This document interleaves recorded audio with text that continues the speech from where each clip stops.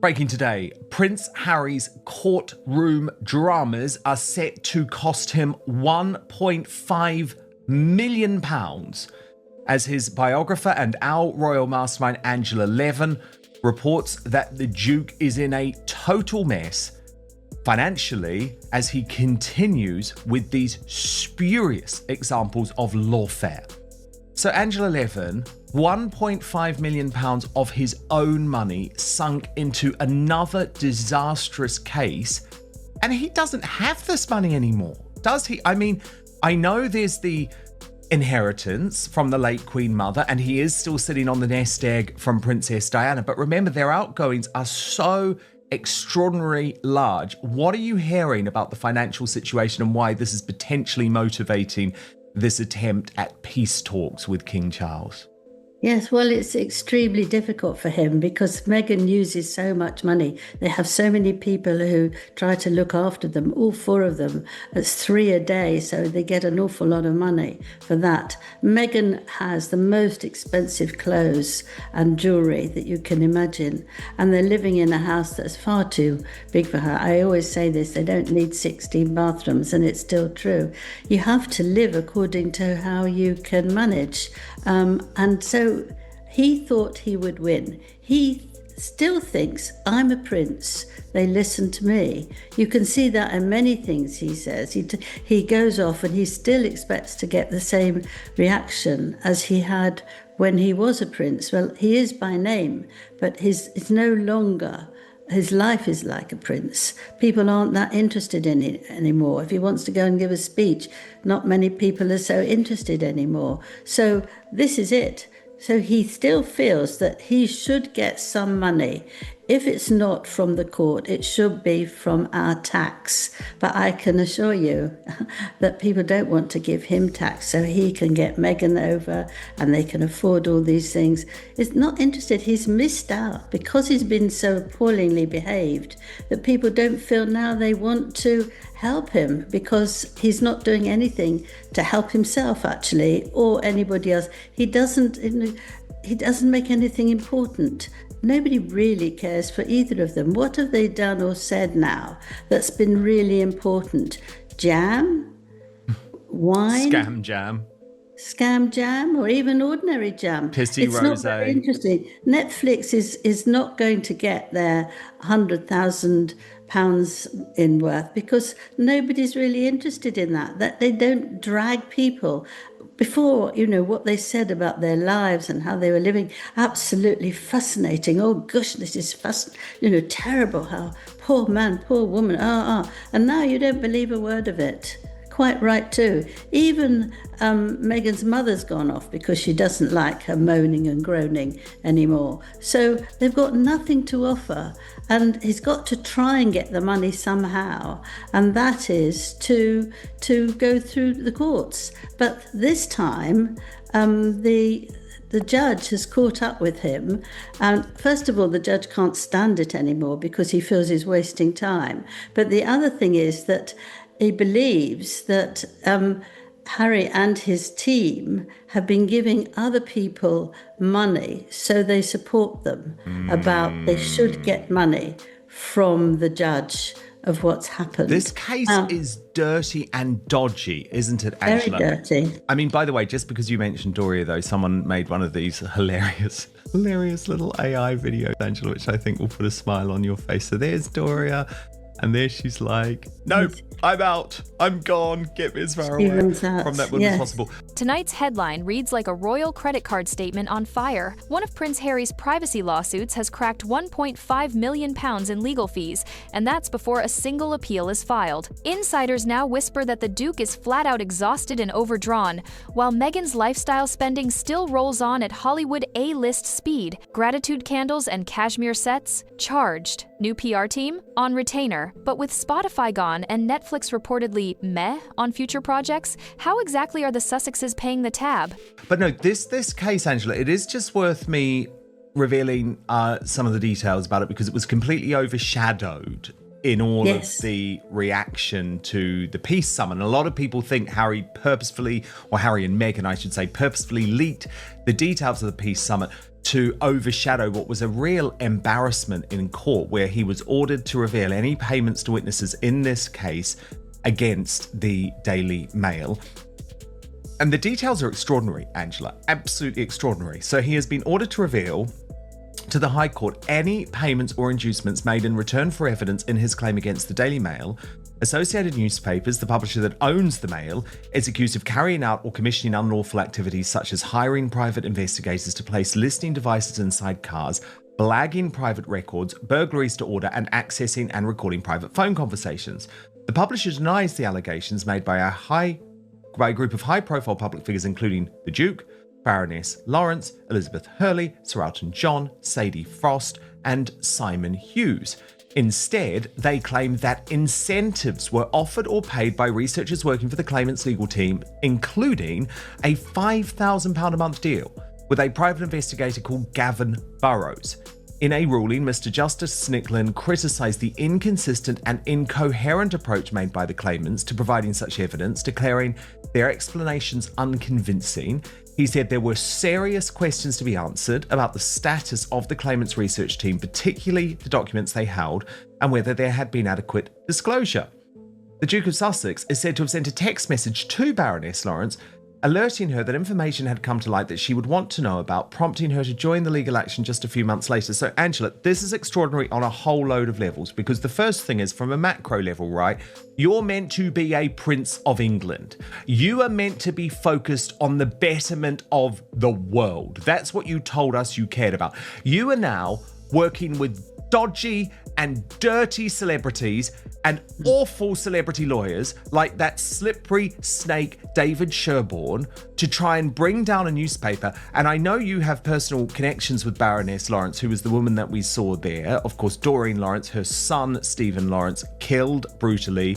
The Daily Mail had this close relationship with her for many years. And we learn in this court documentation, Angela, that it was actually Prince Harry himself who got involved to destroy that relationship, which to me feels like such an overreach on his part. So something that he shouldn't be getting involved with. It shows you just how awful he has become, because it's like, oh, Doreen Lawrence, she might not listen to Elton John or another celebrity, but Prince Harry, he will have my best interests at heart. It's like, no, he doesn't, Doreen. This is simply just his campaign against the Daily Mail and nothing more. But Angela, the judge is also horrified that so much of this documentation has actually gone missing again, which seems to be a common theme with Prince Harry. Like, do you remember all of those messages between him and his ghostwriter, J.D. Moore-Ringer of Spare, were just miraculously deleted, and the judge was very disappointed about this. So it's like, Harry, what are you doing? This is so dirty. Is this really where you expected your life to go out to, where you could have been trying to do positive things like your mother did? Instead, this is what you do. You're mired in one of the dirtiest, dodgiest, darkest court cases in modern history. Yes. Well, I mean, when you hear that somebody's giving money to keep somebody quiet, so that they agree that they will say what they want, what Harry wants them to say. I mean, it just turns your stomach, doesn't it? How low can you go? The judge, of course, is very, very angry. And you can hear from the sentences he said that he might just get rid of them all in one sweep unless they provide all this and how much each person has been given money to help them out to say what they don't necessarily want to say, but what Harry wants to say them, and sweep them out, which will be so shameful.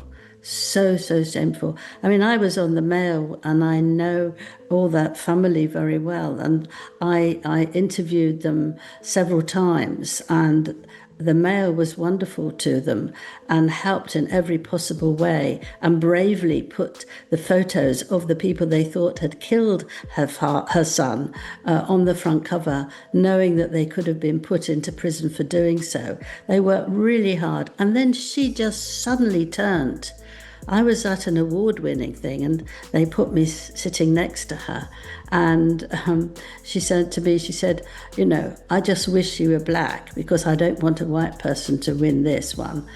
I said, I'm sorry, but nothing I can do about that. That's how she was so ungracious. We wrote a lot. We were supporting her in every way. And then she takes this terrible thing from Harry, just a bit of money. We'll give you a little bit of money so that you do what we want. Oh my goodness, it blows your mind. And it's been hidden, and this was one thing being hidden, another thing being hidden, and now it just goes on that they're so frightened of what's going on because people no longer now want to protect them. It's one thing after another that we hear, and we're just not going to stop. You can't stop it. So many people have been writing very, very nasty things about Meghan, which they believe is true, very nasty about Harry, where before they shut up, they were quiet. Even if they felt it, they didn't, out of respect for the king or for anybody else. But now the doors open because they've been so revolting. Harry once branded himself the prince fighting the press for principle. Noble, until you tally the invoices. Barristers, research teams, transatlantic travel, security outside the court, £1.5 million for a single claim is the figure floated by well-placed sources. Multiply that by the half-dozen defamation and phone hacking suits still crawling through the system, and you're looking at a potential 8-figure legal black hole. Even his close friends, those who still get his calls, say the courtroom obsession has turned from righteous to reckless. While Harry signs checks to solicitors, Meghan is reportedly signing off on another red carpet wardrobe refresh and a facelift for the Montecito garden, price tag 6 figures, whispered one contractor. Her defenders call it investment in brand Sussex. Critics call it burning cash on a bonfire. Spotify? Cancelled after one season. Netflix? 2 projects in limbo, insiders say the streamer is waiting to be wowed. Yet expenditures, styling teams, private jet legs, security details, in-house content producers, march on. Arithmetic says the outflow exceeds the inflow. The question, does anyone in the mansion own a calculator? Speaking of revolting, Angela, did you see this extraordinary story involving Camilla Tominey at Wimbledon early this week? I mean, by the way, wasn't it just so wonderful to see at the weekend, last weekend, all of these wonderful pictures of Catherine and George and Charlotte, and they were just having the most wonderful day. But then Camilla Tominey was also there and ends up in a public row with a member of the Sussex squad called Judy in De Richmond, who posted this picture and wrote on X, sat behind Camilla Tominey at Wimbledon, "Don't worry, Sussex squad. I mentioned I was a Harry and Meghan fan and that she blocked me on Twitter for me calling her a wanker." And Camilla replied saying, "You were rude and obnoxious and annoyed everyone sitting in our area with your drunken screaming and shouting. Try laying off the source and showing some self-awareness next time you were in public, you vile troll." Now, it really has emerged that Judy in De Richmond is a true vile troll, obsessed with Camilla Tominey. And before I just have the evidence of that, Angela, which I'll show you in just one moment, Camilla Tominey earlier in the week actually addressed what happened on her podcast, The Daily Tea. And it turns out that this woman, Judy in De Richmond, Angela, has been obsessed with Camilla Tominey for months. We've got the receipts. Let me take you through some of it, because I always think daylight is the best disinfectant in exposing these horrible people. So she's previously written Camilla Tominey's face when Johnson says Harry and Meghan were an asset to this country. This woman can't even keep the grimace off her face. Hate is making her ugly. And that was when she was interviewing Boris Johnson. She then said, "I might be late to the party, but did Camilla Tominey really name her son Harry? The woman is obsessed." She said Camilla Tominey is a liar. Camilla Tominey is a grifter. She has realised that she can make money by trashing Meghan. There's no reason for her lies, but only to make money. Just remember that Camilla Tominey is a liar. She said Camilla Tominey fans are crazy. Camilla Tominey is a liar and a grifter. It takes a very special woman to be called a wanker. Camilla Tominey is a wanker. It's not just that. Kate never spoke up when Camilla Tominey said Meghan made Kate cry. Kate never spoke up when Meghan was getting hate and was suicidal, and that quote, "recollections may vary," came straight from Kate's mouth. Meghan can drink her tea in peace. So this, Angela Levin, was extraordinarily nasty, because this is the horrible cretinous behaviour of the Sussex squad online being moved into the real world. What did you make of it? Well, I'm not surprised. I'm sure you're not either. I mean, I've had lots of nasty stuff as well. And I think I quite understand Camilla, who is very powerful, very strong, very organised. But it does, upset you. It makes something that you wanted to do or say difficult to do. You get over it quickly because you realise it's rubbish and they're just going to be nasty. But I had this thing, the same thing, that you only want to work because you want to get money. You want to steal money from us. And, how disgusting you are that you just want money. Well, I could say that about Meghan. I could say that about Harry. Everybody needs money. There's nothing to do that's wrong there. If they don't want to talk to me, they don't have to talk to me. But I've had a load of those things, and they're not nice. But you get used to the sentences. There are a couple of sentences that on our thing that comes up, and it's always the same person who's saying this about me in the middle of it all, and I just take no notice. I'm sure you do the same, don't you? Absolutely. They are just vile, vile people. Yes. Angela, really? Oh, sorry, you go. I was just going to say, I don't know how you can go to where all this tennis is going on, where everyone's having a nice time, and then shout it out at somebody who is there. It's really, really disgusting, isn't it? You haven't got the ability to control yourself. Look, that's so lovely. That is so lovely. It was so sweet, but I have to say that Charlotte has actually now grown up. It's a very important outing because she had a famous clothes maker giving her, this is her first dress, Givenchy, very expensive, very important. And she's got a dress that is a midi dress, so it's just a bit lower. She used to have a little girl's dress. Now she's got a proper dress. And if you look at her nails, they're pink. Now, the late Queen wouldn't let any of her staff had nail polish on, and if they did, it had to be just white or very, very pale. So she's, I'm sure Catherine allowed her to do this, is creating a new view of people's hands, that she's got very pink hands, and the two of them with their and flans would go to each other and blow the what was it? The fan. It was lovely. No, it was very. Blow the fan, and it was lovely. And you see, they adore each other, and they have a lot of laugh. And I think that thing there was how much longer, because it was just before the end, and I thought she'd had enough. But she went down and she was chatting very nice. She loves it. She smiles, she curtsies, she shakes hands. I mean, she's a special girl, this one. I mean, they're all lovely, but she's actually got an extra quality. There we are. You can see the pink on her fingernails. Woohoo! Clever girl. Several palace-adjacent sources, yes, always sources, claim Meghan views the lawsuits as strategic optics. Every headline about court battles is proof in her playbook that the couple is fighting back against a hostile establishment. The downside? Each new filing cues another round of legal fees and fresh public eye-rolling. Even previously sympathetic outlets now frame the Duke and Duchess as litigious and cash-strapped.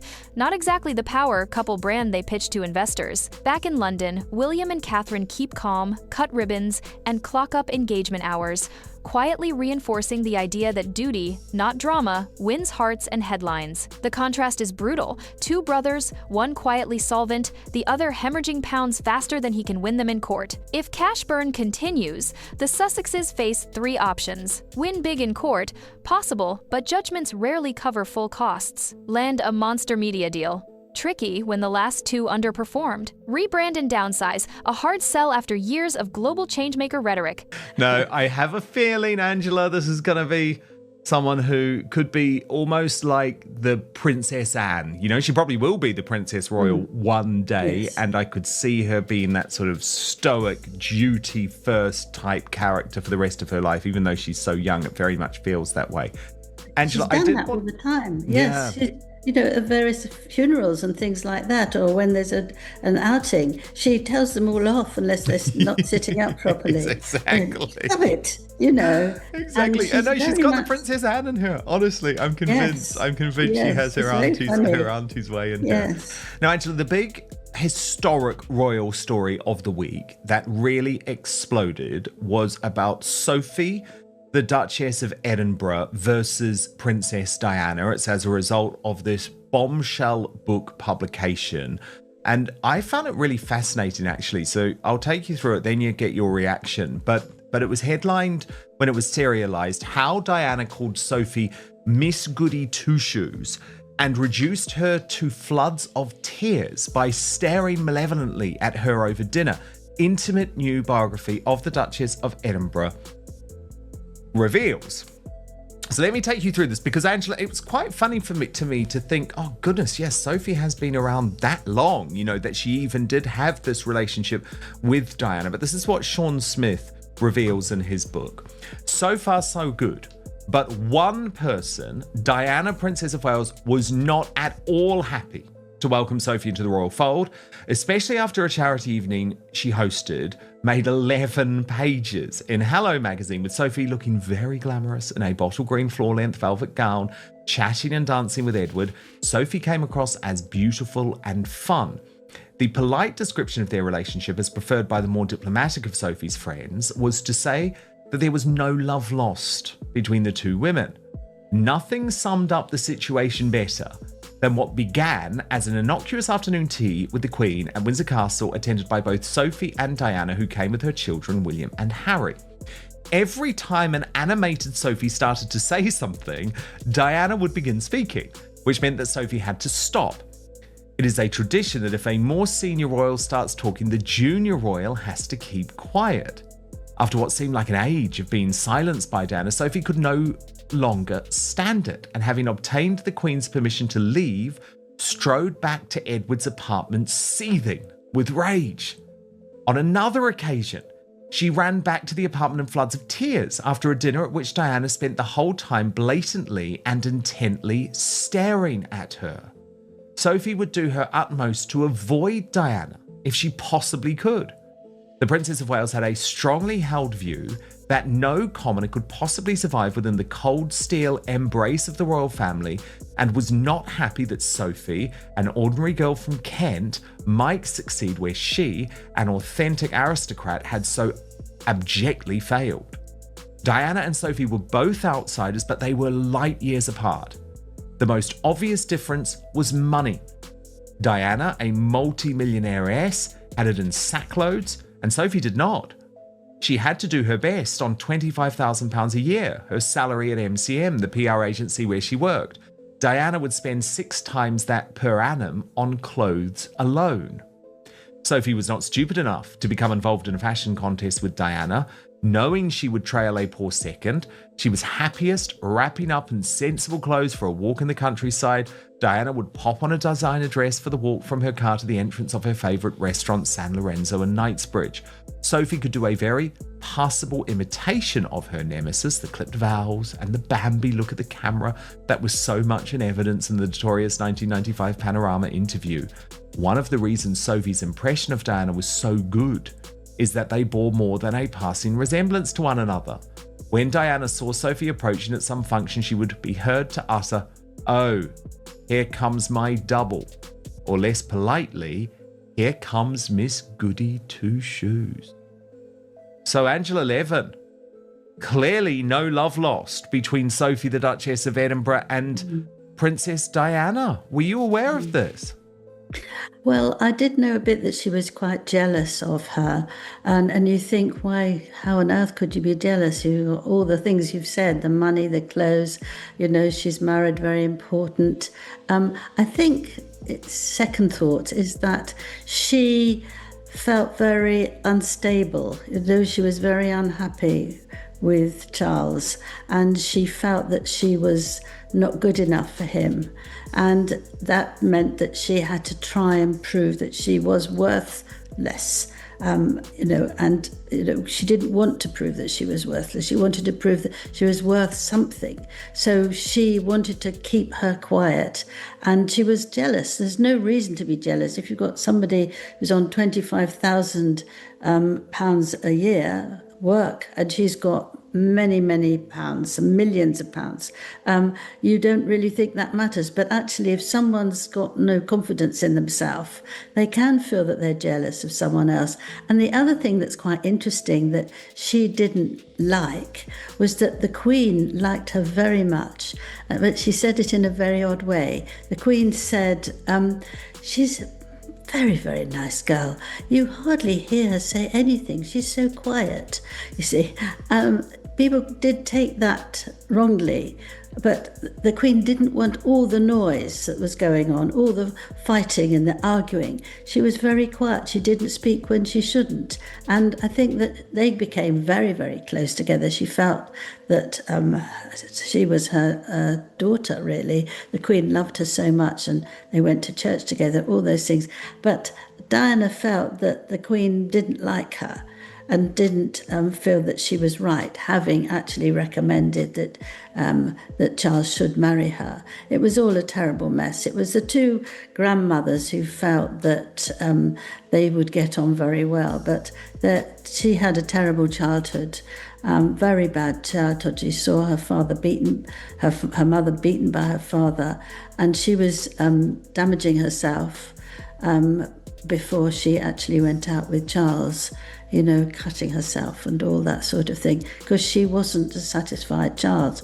And I think this is what came out, because stunningly beautiful as she was, she didn't have what she needed so that people would really like her and feel comfortable with her. But she was a lovely woman, and she did a great deal of good and was wonderful with people who were in very difficult situations. She could be helpful, marvellously helpful in hospitals and children and things like that. But if someone looked a bit like her or could do very similar things, then she got very angry, I think, and nervous. Friends say Harry is stressed, stubborn, but not stupid. The Duke reportedly knows a public image reboot and a spending freeze are overdue. The problem? You can't pivot while you're still paying yesterday's lawyers. So here's the cliffhanger. Does Harry slam the brakes on his lawsuit habit and rein in the Montecito budget? Or does the royal soap opera hit overdraft territory? Your take. Calculated crusade or financial freefall? Drop a comment, hit like if you think the Sussex Ledger needs a reality check, and subscribe for more no-spin royal breakdowns, because the next bill arrives sooner than you think. And that's a wrap. If today's scoop had you raising an eyebrow or two, tap that like button to let us know. Got a hot take or inside tea? Drop it in the comments so the whole crew can weigh in. Not part of the fam yet? Hit that subscribe button and ring the bell, because the next twist is always one upload away.